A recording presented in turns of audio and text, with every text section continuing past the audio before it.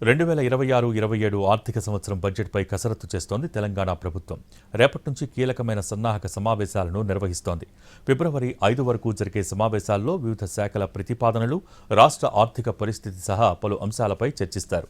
గత ఏడాది 3,04,000 కోట్ల రూపాయలతో బడ్జెట్ ప్రవేశపెట్టగా ఈసారి మరింత పెరిగే అవకాశం ఉంది. 2026 బడ్జెట్ సమావేశాలకు తెలంగాణ ప్రభుత్వం రెడీ అవుతోంది. వార్షిక బడ్జెట్కు ముందు వివిధ శాఖలతో వరుసగా సమావేశాలు ఏర్పాటు చేసింది.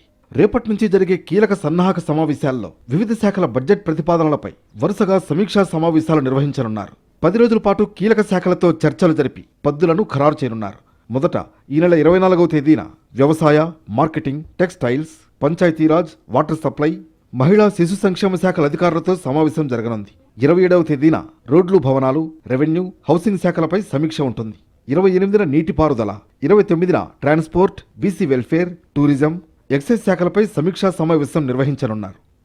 ఫిబ్రవరి 5 వరకు సన్నాహక సమావేశాలు జరగనుండగా ఫిబ్రవరి 2న ఐటీ, అసెంబ్లీ వ్యవహారాలు, ఎస్సీ, ట్రైబల్ వెల్ఫేర్ శాఖల బడ్జెట్ ప్రతిపాదనలపై చర్చిస్తారు.